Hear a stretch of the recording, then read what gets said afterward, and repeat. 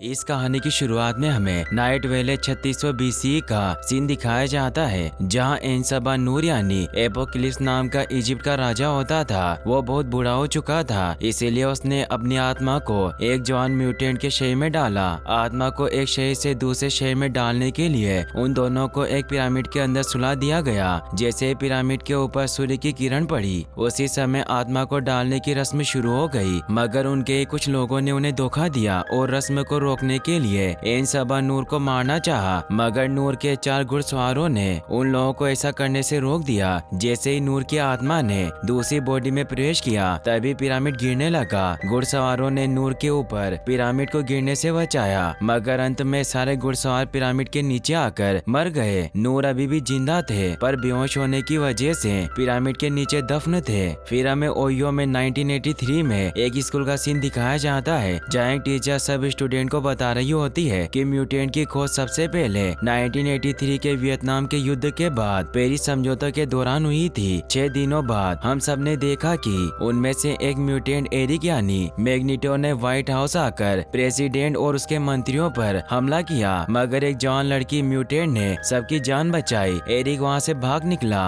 और सबको बचाने वाली लड़की भी गायब हो गई। तभी स्कॉट टीचर से बाथरूम जाने के लिए पूछता है, क्योंकि उसकी आंखों में बहुत जलन हो रही थी। वो बाथरूम में जाता है और जब अपनी आंखें खोलता है तो उसकी आंखों से बहुत खतरनाक लेजर बीम्स निकलती है और वो आंखें बंद कर लेता है। फिर हमें ईस्ट बर्लिन में रेवेन को दिखाया जाता है, जो एक फाइट क्लब में आती है, जहाँ वेरेन नाम का म्यूटेंट जिसके पंख होते हैं वो नाइट क्रॉलर से लड़ रहा होता है, मगर नाइट क्रॉलर अपनी पावर से टेलीपोर्ट होकर कोर्ट से बाहर जाने की कोशिश करता है, मगर कोर्ट के चारों ओर बिजली होती है, जिससे नाइट क्रॉलर बाहर नहीं निकल पाता। वेरेन उसे कहता है कि अगर तुम लड़ोगे नहीं तो ये हम दोनों को मार देंगे। रेवेन उनको लड़ता देख कोर्ट की बिजली की वोल्टेज बढ़ा देती है। नाइट क्रॉलर वेरेन को अपनी पूंछ से पकड़कर बिजली की तरफ फेंक देता है, जिसकी वजह से वेरेन का एक पंख जल जाता है और वहाँ शॉर्ट सर्किट हो जाता है। वेरेन वहाँ से उड़कर भाग जाता है और नाइट क्रॉलर भी कोर्ट से बाहर आ जाता है। रेवेन नाइट क्रॉलर को अपने साथ चलने के लिए कहती है, मगर एक गार्ड उन्हें पकड़ लेता है। नाइट क्रॉलर उन्हें टेलीपोर्ट करके क्लब से बाहर ले आता है। रेवेन गार्ड को मारकर उसका रूप लेकर बाकी गार्ड्स को दूसरी तरफ भेज देती है। नाइट क्रॉलर उससे कहता है कि तुम रूप बदल सकती हो। फिर वो उसे अपने साथ टेलीपोर्ट करके वहाँ से ले जाता है। फिर हमें पोलैंड में एरिक को दिखाया जाता है, जो एक फैक्ट्री में काम करता है। एरिक अपने घर जाता है और वहाँ हमें उसकी वाइफ और बेटी नीना को दिखाया जाता है। एरिक अपनी फैमिली से बहुत प्यार करता है। फिर हमें स्कॉट के भाई एलेक्स को दिखाया जाता है। वो स्कॉट को अपने साथ प्रोफेसर चार्ल्स जेवियर के स्कूल में ले आता है। प्रोफेसर के पास जाते वक्त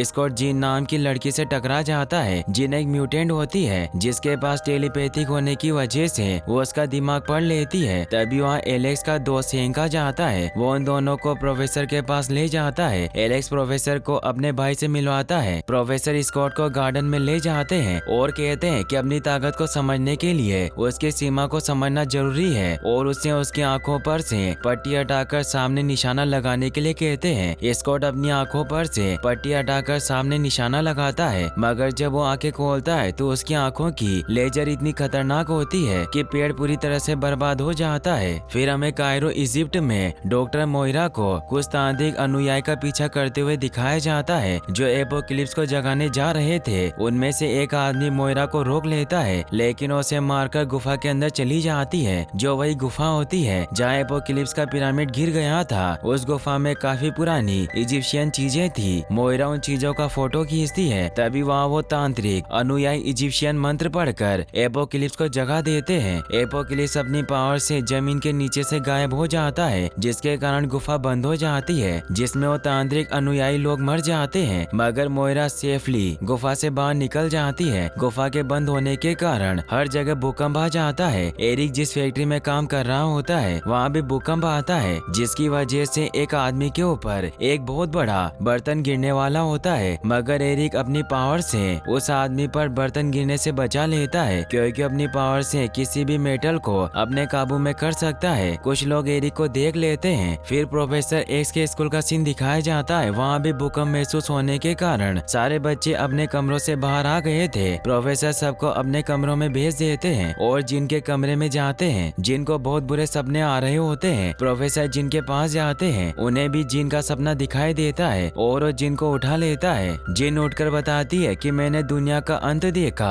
और लोगों की मौत देखी, वो सब हकीकत की तरह लग रहा था। प्रोफेसर उसे कहते हैं कि वो बस एक सपना था, मैंने तुम्हारे जितना ताकतवर दिमाग आज तक नहीं देखा, वो खुद पर काबू रख सकता है। जिन कहती है कि ये सब दिमाग पर काबू करना या टेलीकाइनेसिस नहीं, ये कुछ और है, अंदर एक शैतानी ताकत है और वो ताकत बढ़ती जा रही है। जिन कहती है कि मैं डरती हूँ किसी को नुकसान ना पहुँचा दूं। प्रोफेसर उसे कहते हैं कि हर कोई इससे डरता है जिसे वो समझ नहीं पाता। तुम अपनी पावर्स पर काबू करना सीख जाओगी और उसके बाद तुम्हें किसी भी चीज से डर नहीं लगेगा। प्रोफेसर हैंक को बताते हैं कि इस बार उसके सपने कुछ अलग प्रकार के थे। हैंक उन्हें कहता है कि जब मैंने अपनी लैब में देखा कि वो भूकंप जैसे ऊर्जा का सैलाब हो, मेरे पास मीटर्स की रिकॉर्डिंग है, मगर इसका केंद्र दुनिया के उस पार था। फिर प्रोफेसर उनकी मशीन सेरिब्रो से मायरा का दिमाग पढ़ते हैं। हैंक उनसे पूछता है कि आपको क्या दिखाई दे रहा है। वो उसे बताते हैं कि मोयरा रिपोर्ट्स सबमिट करने के लिए वापस लैंगली जा रही है। मुझे भी वहाँ जाना होगा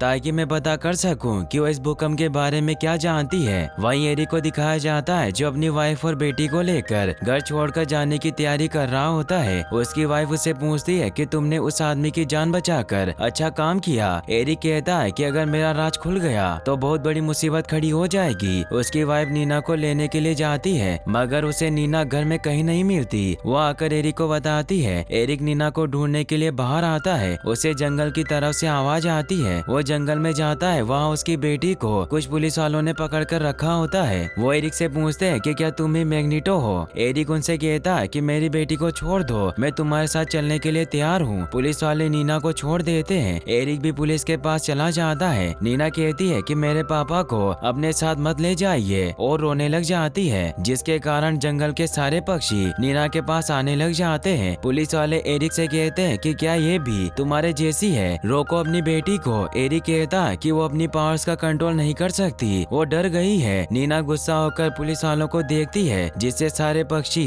पुलिस वालों पर हमला करने लग जाते हैं और गलती से एक पुलिस वाले से तीर चल जाता है। वो तीर नीना और उसकी मोम को लग जाता है, जिससे वो दोनों मर जाती है। एरिक ये देखकर रोने लगता है और गुस्सा होकर अपनी पावर्स का यूज करके नीना के गले में लटके लॉकेट से सब पुलिस वालों को मार देता है। वहीं स्टॉम एक दुकान से पैसे चोरी करके भागती है, मगर दुकानदार उसे पकड़ लेता है। वहाँ एपोकलिप्स आता है और इजिप्शियन बादशाह में कुछ कहता है। दुकानदार उसे चाकू दिखाकर धमकाने लगता है। दुकानदार के कुछ साथी भी वहाँ आ जाते हैं। एपोकलिप्स अपनी पावर्स का यूज करके धूल की मदद से दुकानदार के साथियों की गर्दन को काटकर मार देता है और दुकानदार को भी एक दीवार में कैद कर देता है। फिर हमें प्रोफेसर को CIA के ऑफिस में दिखाया जाता है, जो मोयरा से मिलने के लिए आते हैं। हैंक प्रोफेसर से पूछता है कि क्या आपका मोयरा के साथ झगड़ा हो गया। प्रोफेसर उसे बताते हैं कि मैंने उसके दिमाग से हमारे रिश्ते की क्यूबा की सारी यादें मिटा दी थी। यह बात उस समय की है जब दुनिया म्यूटेंट के बारे में जानती नहीं थी, तो मुझे लगा कि ऐसा करना मोयरा के लिए अच्छा होगा।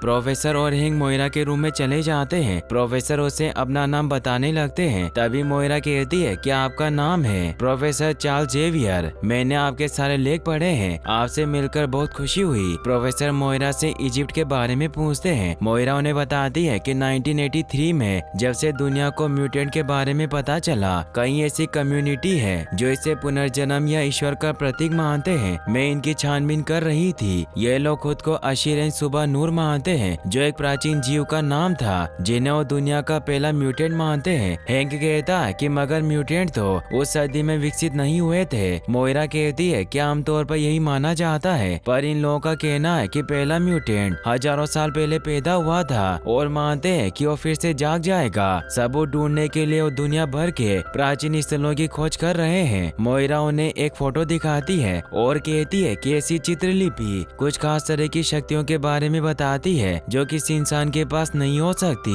प्रोफेसर मोयरा से पूछते हैं कि उन लोगों को लगता था कि वो प्राचीन काल से जिंदा थे। मोयरा बताती है कि उनका मानना है कि एपोकलिप्स में एक शरीर से दूसरे शरीर में आत्मा डालने की शक्ति थी। मौत के करीब पहुंचते ही वो एक नया शरीर ले लेता था। इनमें से कुछ शरीर म्यूटेंट के होते थे जिनकी वो शक्तियाँ ले सकता था, और ये जीव जहाँ भी होता था उसके साथ हमेशा 4 खास शिष्य रहते थे, उसके संरक्षक जिन्हें वो शक्तियाँ प्रदान करता, और एपोकलिप्स जहाँ कहीं भी राज करता था उस जगह का अंत तबाही और प्रलय से होता था। समझो जैसे कयामत आ गई हो। फिर स्टॉर्म को दिखाया जाता है जो एपोकलिप्स एपोक्लिप्स को अपने घर पर लेकर आती है और कहती है कि मैंने इस शहर में कभी किसी दूसरे म्यूटेंट को नहीं देखा। एपोक्लिप्स वहाँ रेवेन की फोटो देखता है तो स्टॉर्म उसे बताती है कि ये मेरी हीरो है, मुझे इसके जैसा बनना है। एपोक्लिप्स टीवी के पास जाकर उसे छूता है और दुनिया भर की चीजें देखता है और कहता है कि कमजोरों ने दुनिया हत्या ली, इसीलिए मुझसे गद्दारी की गई, पर अब मैं लौट आया हूँ। स्टॉर्म एपोक्लिप्स से पूछती है कि तुम कहाँ से आए हो। एपोक्लिप्स कहता है कि मैं उस वक्त से आया हूँ जब इंसान अपने रास्ते से भटका नहीं था, जरूरी है कि अब हम इस दुनिया को बचाएं। स्टॉर्म उसे कहती है कि दुनिया को बचाने के लिए तुम इस तरह लोगों को नहीं मार सकते, उसके लिए कानून होता है। एपोक्लिप्स उसे कहता है कि मेरी बच्ची तुम गुलामी क्यों कर रही हो, और उसे छूकर उसकी पावर को और ज्यादा बढ़ा देता है। फिर हमें रेवेन और नाइट क्रॉलर को दिखाया जाता है, वो दोनों कैलिबन नाम के आदमी के पास नाइट क्रॉलर के लिए टिकट लेने आते हैं, मगर कैलिबन रेवेन को एरिक के बारे में बताता है कि पोलैंड में उसे देखा गया था, उसने काफी लोगों को मार दिया जिनमें उसकी वाइफ और बेटी भी थी। ये सुनकर रेवेन नाइट क्रॉलर से पूछती है कि तुम कितनी दूर तक टेलीपोर्ट हो सकते हो। नाइट क्रॉलर उसे कहता है कि जितनी दूर तक मुझे दिखाई दे या जिस जगह पर मैं पहले जा चुका हूँ। रेवेन उसे लेकर वहाँ से चली जाती है। फिर स्कॉट को दिखाया जाता है। एलेक्स स्कॉट को एक रूबी कोड से बने लेंसेज देता है और बताता है कि तुम्हारी आंखों से निकलने वाली लेजर को रोक सकते हैं और एक सीमा में कैद रख सकते हैं, इन्हें पहनकर देखो। स्कॉट अपनी आंखों से पट्टी हटाकर वो ग्लासेस पहनता है और बहुत खुश होता है क्योंकि वो बहुत दिनों बाद अपनी आंखों से पट्टी हटाकर देख सकता था। फिर स्कॉट जिन को देखता है और एलेक्स से पूछता है कि लड़की कौन है। एलेक्स उसे बताता है कि तुम इससे पहले दिन मिल चुके थे। स्कॉट जिन से बात करता है, वहाँ से कुछ बच्चे गुजर रहे होते हैं, वो जिन से डर रहे होते हैं, मगर स्कॉट समझाता है कि वो लोग उससे डर रहे हैं। जिन उसे बताती है कि वो तुमसे नहीं मुझसे डर रहे हैं, तुम अकेले नहीं हो जिसके पावर अपने काबू में नहीं है। स्कॉट कहता है कि मतलब कल रात को जब पूरा घर कांप रहा था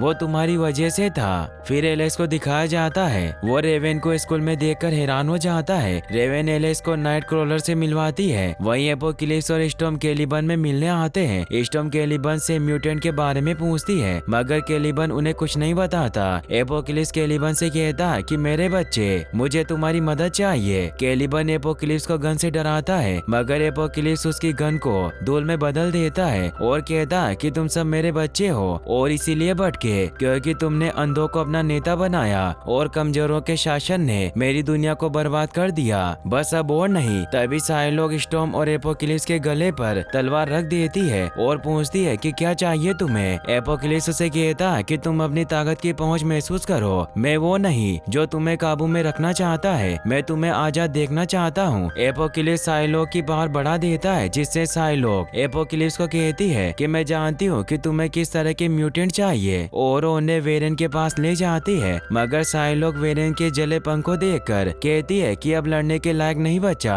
एपोक्लिप्स अपनी पावर की मदद से वेरेन के शरीर की हड्डियों को बाहर निकालकर उससे मेटल के पंख बना लेता है, जिससे वेरेन भी उनके साथ मिल जाता है। वही हैंक रेवेन को एक हाईटेक प्लेन दिखाता है। रेवेन उससे कहती है कि तुम यहाँ पर एक फाइटर प्लेन बना रहे हो। हैंक कहता है कि वाशिंगटन के हादसे के बाद मुझे लगा कि हम वापस से एक्समैन की शुरुआत करेंगे। रेवेन कहती है कि चार्ल्स को स्टूडेंट चाहिए, सिपाही नहीं। हैंक कहता है कि दुनिया को एक्समैन की जरूरत है। रेवेन उसे कहती है कि मैं यहाँ एरिक के लिए आई हूँ, मुझे लगता है कि वो किसी बहुत बड़ी मुसीबत में है। फिर एरिक को दिखाया जाता है जो उस फैक्ट्री में आता है जहाँ वो काम करता था। वो फैक्ट्री के सारे खिड़की दरवाजे बंद कर देता है, सारी मशीनें भी बंद कर देता है। सब लोग एरिक को वहाँ देखकर घबरा जाते हैं। एरिक कहता है कि कल तुम में से किसी ने पुलिस को मेरे बारे में बताया, तुम लोग जानना चाहते हो मैं क्या कर सकता हूँ। तुम सब उसके बारे में सोचो जिससे तुम सबसे ज्यादा प्यार करते हो, जैसे तुम्हारी वाइफ, मॉम या बेटी। अब तुम्हें पता चलेगा कि किसी अपने को खोना कैसा लगता है। एरिक उन्हें कहता है कि मेरा नाम एरिक नहीं मैग्नीटो है। तभी वहाँ एपोक्लिप्स और उसके साथी आ जाते हैं, जो खुद को वहाँ काम करने वाले सभी लोगों को मार देता है और उसे अपने साथ ऑसिविट्ज ले जाता है। वो उसे बताता है कि यही तुम्हारी शक्ति का जन्म हुआ था और यही तुम्हारे परिवार की बलि चढ़ी थी। एरिक एपोक्लिप्स से पूछता है कि जब मेरे मम्मी पापा की इस जगह पर हत्या हुई तब तुम कहाँ थे।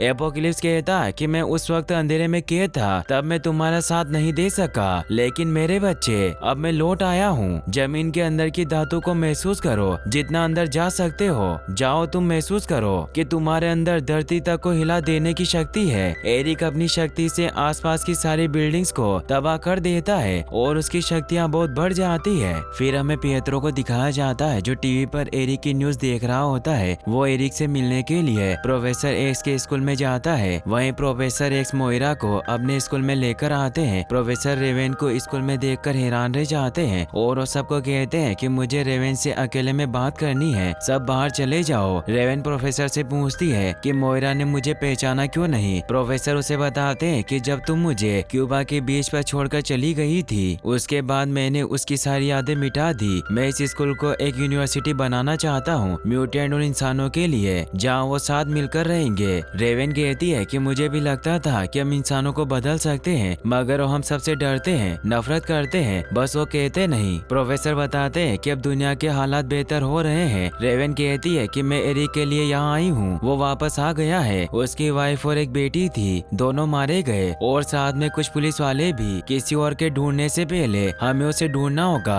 फिर प्रोफेसर अपनी मशीन सेरिब्रो के थ्रू एरिक से जुड़ जाते हैं और उसे कहते हैं कि मैं तुम्हारा दर्द समझ सकता हूँ, तुम्हारी वाइफ और बेटी के साथ बहुत गलत हुआ पर वापस लौट आओ, मैं तुम्हारी मदद कर सकता हूँ। अपने परिवार के बारे में सोचो, वो क्या चाहते थे। एरिक कहता है कि वो जीना चाहते थे, मैंने तुम्हारा तरीका अपनाया, मैंने आम इंसान की तरह बनकर जीने की कोशिश की मगर अंत में उन्होंने मुझसे सब कुछ छीन लिया, अब हम उनसे उनका सब कुछ छीन लेंगे। प्रोफेसर हैंक को बताते हैं कि एरिक अकेला नहीं है। एपोकलिप्स को चार्ल्स की शक्तियों का एहसास हो जाता है और वो सेरिब्रो पर कब्जा करके प्रोफेसर को अपने वश में कर लेता है, जिसके कारण वो दुनिया के हर इंसानों के दिमाग पर काबू पा लेता है और सारे देशों के परमाणु मिसाइल्स को आसमान में लॉन्च करवा देता है। प्रोफेसर एपोकलिप्स के वश से निकलकर एलेक्स को सेरिब्रो को नष्ट करने के लिए कहते हैं। एलेक्स अपनी बॉडी से लेजर निकालकर सेरिब्रो को नष्ट कर देता है। प्रोफेसर बेहोश हो जाते हैं, तभी वहाँ एपोकलिप्स और उसके साथी आते हैं और प्रोफेसर चार्ल्स को अपने साथ ले जाते हैं। एलेक्स उन पर हमला करता है मगर वहाँ से चले जाते हैं और एलेक्स की लेजर हैंक के बनाए गए फाइटर प्लेन पर लग जाती है, जिसके कारण वहाँ बहुत बड़ा धमाका हो जाता है। मगर तभी वहाँ पिएत्रो आता है और अपनी स्पीड का यूज करके सबको स्कूल से बाहर निकाल कर उनकी जान बचा लेता है। हैंक पिएत्रो से पूछता है कि तुम कहाँ से आ गए। वो कहता है कि मैं प्रोफेसर को ढूंढ रहा था। हैंक कहता है कि उन्हें ले गए। स्कॉट वहाँ आता है और एलेक्स के बारे में पूछता है। पिएत्रो कहता है कि मैंने सबको बाहर निकाला था।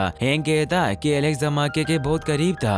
स्कॉट एलेक्स को ढूंढने के लिए धमाके वाली जगह पर जाता है मगर एलेक्स मर चुका था। जिन और नाइट क्रॉलर भी स्कॉट को शांत करने के लिए उसके पास आते हैं। तभी वहाँ विलियम अपनी टीम को लेकर आता है जो वेपन एस का ऑफिसर होता है। वो अपनी हाईटेक गन से सब लोगों को बेहोश करवा देता है मगर स्कॉट और उसके दोस्त दूर होने की वजह से बेहोश नहीं होते और अपने साथियों को बचाने के लिए हेलीकॉप्टर में नाइट क्रॉलर की मदद से टेलीपोर्ट हो जाते हैं। विलियम उन सभी को अपने ठिकाने पर ले जाता है। फिर हमें प्रोफेसर चार्ल्स को दिखाया जाता है। वो एपोकलिप्स से पूछते हैं कि तुम मेरी शक्तियों कैसे रोक रहे हो। एपोकलिप्स कहता है कि मैं तुम्हारी शक्तियों से इनके दिमाग को बचा सकता हूँ। सदियों से मुझे मिली खूबी में से ये एक है, मगर किसी के दिमाग के अंदर देखना और उसे काबू करना ये तुम्हारी शक्ति है। फिर हमें पिएत्रो, हैंक, रेवेन और मोइरा को दिखाया जाता है। पिएत्रो हैंक को उसके असली रूप में देखकर डर जाता है क्योंकि वो अपने असली रूप बीस्ट में आ गया था। मोइरा विलियम से कहती है कि मैं CIA की सीनियर ऑफिसर हूँ, आप मुझे इस तरह कैद नहीं रख सकते। विलियम कहता है कि एक साइकिक घटना ने यहाँ से मॉस्को तक के परमाणु हथियारों को बर्बाद कर दिया। वो घटना वहीं से शुरू हुई थी जहाँ से तुम हमें मिली थी, इसीलिए तुम बताओगी कि प्रोफेसर चार्ल्स जेवियर कहाँ है। वहीं जिन अपनी शक्तियों से गार्ड से बचकर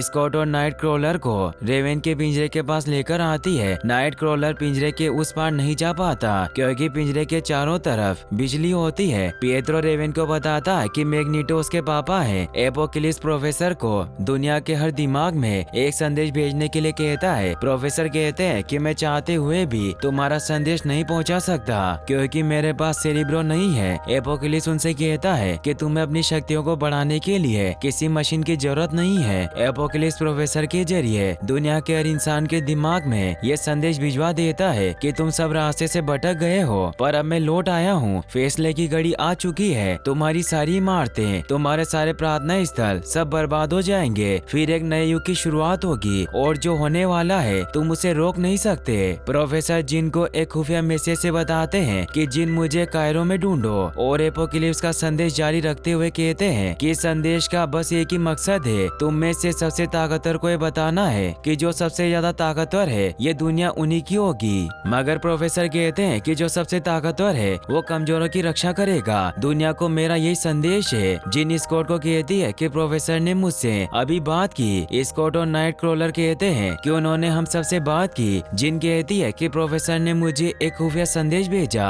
जो बस मैं सुन सकती हूँ और मैं जानती हूँ कि वो कहाँ है। तभी एक गार्ड उन्हें देख लेता है, मगर नाइट क्रॉलर उन्हें टेलीपोर्ट करके वहाँ से ले जाता है। वो लोग जनरेटर के पास पहुँच जाते हैं। वहाँ उन्हें एक पिंजरा मिलता है। स्कॉट कहता है कि इसके अंदर कोई जानवर है। जिन कहती है कि वो जानवर नहीं, एक आदमी है। उसकी याददाश्त पूरी तरह से मिटा दी गई है और उसे एक तरह का हथियार बना दिया गया। तभी वहाँ कुछ गार्ड आ जाते हैं। जिन उस पिंजरे को खोल देती है जिसमें से लोगन बाहर निकलता है और गार्ड्स को मारने लग जाता है। कंट्रोल रूम से एक गार्ड सबको बताता है कि वेपन एक्स पिंजरे से बाहर आ गया है। सारे गार्ड्स लोगन के ऊपर फायर करने लग जाते हैं, मगर वो एक एक करके सारे गार्ड्स को मार देता है। विलियम ये सब देखकर वहाँ से भाग जाता है। लोगन वहाँ से बाहर जा रहा होता है। तभी वहाँ स्कॉट और जिन आ जाते हैं। स्कॉट अपने लेंसेज उतार कर लोगन पर लेजर फायर करने वाला होता है, मगर जिन उसे रोक लेती है और अपनी पावर की मदद से लोगन से कहती है कि मैं तुम्हारी मदद कर सकती हूँ और उसे उसके पास की कुछ यादें दे देती है। फिर लोगन वहाँ से भाग जाता है। फिर स्कॉट अपनी लेजर की मदद से सबको केस से बाहर निकाल लेता है। जिन सबको बताती है कि मैं जानती हूँ प्रोफेसर कहाँ पर है। वहीं एपोकलिप्स को दिखाया जाता है। वो कहता है कि इस जगह को ब्रह्मांड का केंद्र बनना था, मगर मुझे धोखा दिया गया, लेकिन अब मैं इसे ब्रह्मांड का केंद्र बनाकर रहूंगा। एपोकलिप्स सारी चीजों को धूल में बदल कर उनसे एक बहुत बड़ा पिरामिड बना लेता है। फिर रेवन और बाकी लोगों को दिखाया जाता है। उन्हें वहाँ पर एक प्लेन मिलता है जिसे लेकर वो कायरो आते हैं। एपोकलिप्स मैग्नेटो से कहता है कि तुम जमीन के अंदर जाओगे और उन्होंने जो कुछ भी बनाया है उसे खत्म कर दो, दुनिया का सफाया कर दो और जो लोग बच जाएंगे उन्हें हम एक बेहतर दुनिया में ले चलेंगे। रेवन सबको बताती है कि हम ऐसे एक प्लेन में अपने दोस्तों के साथ एक मिशन पर जा रहे थे और हम खुद को एक्समैन बुलाते थे। रेवन स्कॉट से कहती है कि तुम्हारा भाई भी हमारे साथ था, हम उसे हेवेक बुलाते थे। नाइट क्रॉलर रेवन से पूछता है कि तुम्हारे बाकी साथियों के साथ क्या हुआ जो तुम्हारे साथ मिशन पर गए थे। रेवन बताती है कि सिर्फ हैंक और मैं ही बची हूँ, बाकी सबको मैं नहीं बचा सकी। वही मैग्नेटो धरती के अंदर से सारे मेटल को बाहर निकाल कर दुनिया को तबाह करने लग जाता है। गवर्नमेंट का एक ऑफिसर सबको बताता है कि हमारी धरती मैग्नेटिक एलिमेंट से भरी पड़ी है, इसके चलते सारे शहर गांव जो भी मेटल से बने हैं वो बर्बाद हो जाएंगे। एपोकलिप्स प्रोफेसर के शरीर में अपनी आत्मा डालना चाहता है ताकि वो दुनिया के हर इंसान के दिमाग पर काबू कर सके। रेवन और उसके साथी कायरो पहुंच जाते हैं। जिन सबको बताती है कि उसने प्रोफेसर को पिरामिड के बीच में कैद कर रखा है। वो उसकी आत्मा को प्रोफेसर के शरीर में डालना चाहता है। रेवन कहती है कि तुम नाइट क्रॉलर की मदद से चार्ल्स को लेकर आओ, मैं एरिक को संभाल लूंगी। पिएत्रो रेवन को अपनी सुपर स्पीड से एरिक के पास ले जाता है। रेवन मैग्नेटो को समझाती है कि एपोकलिप्स का साथ देकर बहुत गलत कर रहे हो, तुम्हारी फैमिली अभी खत्म नहीं हुई और तुम जानते नहीं कि तुम्हारी फैमिली कितनी बड़ी है। वहीं स्कॉट और उसके साथी पिरामिड के पास पहुंच जाते हैं। नाइट क्रॉलर टेलीपोर्ट होकर पिरामिड के अंदर चला जाता है, पर वेरेन उसे पकड़ लेता है। नाइट क्रॉलर टेलीपोर्ट होकर वेरेन को एक पिंजरे में कैद कर देता है। स्कॉट और उसके साथी भी अंदर जाने लगते हैं। तभी स्टॉर्म और सारे लोग उन पर हमला कर देते हैं और वो सब लड़ने लगते हैं। एपोकलिप्स की आत्मा प्रोफेसर के शरीर में जाना शुरू हो जाती है। तभी वहाँ नाइट क्रॉलर आ जाता है और प्रोफेसर को प्लेन में ले जाता है और सबको टेलीपोर्ट करके प्लेन में ले आता है और वहाँ से जाने लगते हैं, मगर साइलोक और वेरेन उनके प्लेन पर हमला कर देते हैं। नाइट क्रॉलर सबको वहाँ से टेलीपोर्ट करके निकल जाता है और प्लेन क्रैश हो जाता है, जिसकी वजह से वेरेन मर जाता है। फिर एपोकलिप्स वहाँ आता है और चार्ल्स के दिमाग में उनसे कहता है कि मैं जानता हूँ कि तुम अभी मुझसे जुड़े हुए हो। तभी वहाँ पिएत्रो आता है और अपनी स्पीड की मदद से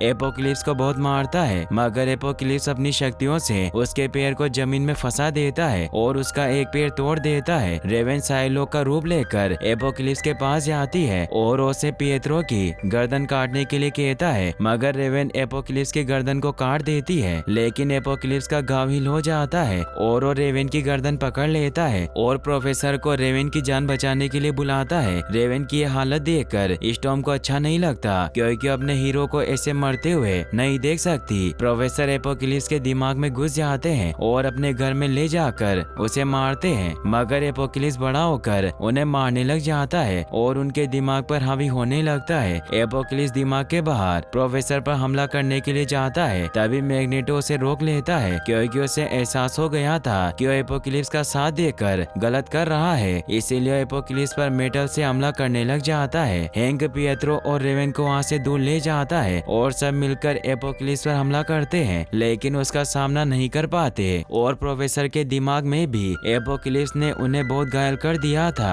प्रोफेसर जिन को उनकी मदद करने के लिए कहते हैं। जिन अपनी पावर से एपोक्लिप्स को प्रोफेसर के दिमाग में मार देती है और दिमाग के बाहर असलियत में उसका कवच तोड़ देती है। मैग्नेटो मेटल से हमला करके उसे घायल कर देता है। स्कॉट भी अपनी लेजर से उस पर वार करता है, लेकिन एपोक्लिप्स एक शील्ड बनाकर भागने लगता है, तभी स्टॉर्म आकर उसकी शील्ड को नष्ट कर देती है। जिन एपोक्लिप्स के शरीर को धूल बनाकर उसे मार देती है, लेकिन सारे लोग वहाँ से बच निकलती है। जिन प्रोफेसर को होश में लाती है, फिर प्रोफेसर मोइरा की पहले की सारी यादें उसे वापस दे देते हैं, जिसमें दोनों एक दूसरे से प्यार करते थे। फिर हमें दिखाया जाता है कि जिन और एरिक प्रोफेसर चार्ल्स के स्कूल को फिर से बना रहे होते हैं। फिर दिखाया जाता है कि प्रोफेसर एरिक को बता रहे होते हैं कि दुनिया ने दोबारा हथियार बनाना शुरू कर दिया है। एरिक कहता है कि चार्ल्स इंसानों की यही फितरत होती है। वही रेवन को दिखाया जाता है जो जिन और बाकी लोगों को कहती है कि अब तुम सब एक्स-मैन हो, और वो सब एक्स-मैन की नई कॉस्ट्यूम पहन लेते हैं। साथ ही अब उनके हाईटेक रोबोट भी वहाँ आते हैं। फिर हमें इस मूवी के एंड क्रेडिट सीन को दिखाया जाता है जहाँ वेपन एक्स फैसिलिटी में पैरामिलिट्री टीम आती है जो वहाँ से एक्स वेपन का सीरम लेकर जाती है। इसी के साथ ये मूवी यहीं पर एंड हो जाती है। और गाइस, अगर आप ऐसी और वीडियोस देखना चाहते हैं तो एंड स्क्रीन पर क्लिक करके आप इस वीडियो को भी वॉच कर सकते हैं। साथ ही इस वीडियो को लाइक और चैनल को सब्सक्राइब करने के लिए आपका तहे दिल से शुक्रिया।